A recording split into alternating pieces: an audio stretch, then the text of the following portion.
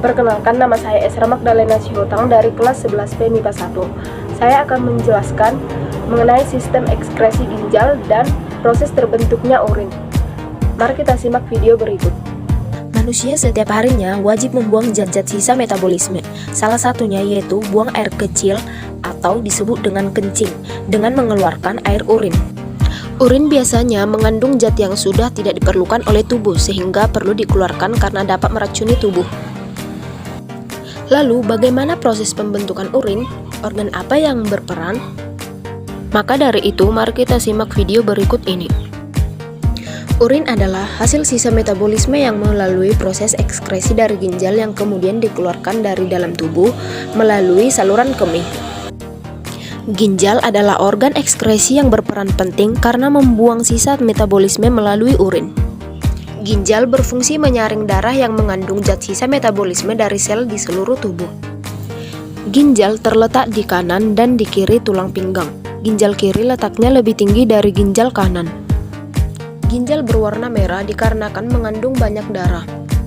Dan perlu kita ketahui, ginjal memiliki 3 lapisan, yaitu lapisan terluar yaitu korteks renalis atau kulit ginjal. Bagian tengah ada medula renalis. Dan lapisan terdalam rongga ginjal itu adalah pelvis renalis. Secara detail dalam ginjal terdapat 3 tahapan ekskresi. Yang pertama filtrasi, yang kedua reabsorpsi, dan yang ketiga augmentasi dalam pembentukan urin. Mari kita bahas satu persatu. Yang pertama yaitu filtrasi. Tahap filtrasi terjadi di badan Malpighi yang terdiri dari glomerulus dan kapsula Bowman. Glomerulus bertugas menyaring darah. Darah yang mengandung zat sisa metabolisme akan disaring karena dapat menjadi racun untuk tubuh. Setelah itu, dialirkan dan akan melewati kapsula Bowman. Hasil penyaringan ini kemudian disebut sebagai urin primer. Urin primer termasuk urea di dalamnya merupakan hasil dari amonia yang sudah terakumulasi. Yang kedua, proses reabsorpsi. Urin masuk ke tubulus proksimal dan terjadi penyerapan kembali atau reabsorpsi. Glukosa dan asam amino, kalium, dan juga zat-zat yang masih diperlukan oleh tubuh diangkut ke dalam sel. Kemudian ke kapiler darah dalam ginjal, urea hanya sedikit yang diserap kembali. Cairan yang dihasilkan dari proses reabsorpsi disebut urin sekunder. Urin sekunder mengandung air, garam, urea, dan urobilin. Urobilin inilah yang memberikan warna kuning pada urin, sedangkan urea yang menimbulkan bau pada urin. Tahap yang terakhir yaitu tahap augmentasi.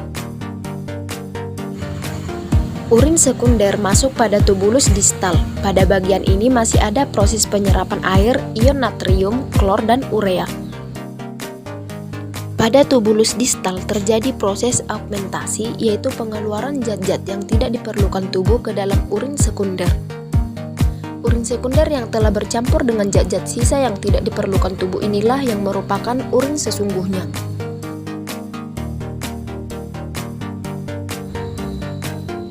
Urin tersebut kemudian disalurkan ke pelvis renalis atau organ ginjal, ureter, ke kantong kemih, dan pada akhirnya akan dapat keluar dari tubuh melalui uretra. Demikian penjelasan yang dapat saya sampaikan mengenai sistem ekskresi ginjal dan pembentukan urin. Sekian dan terima kasih.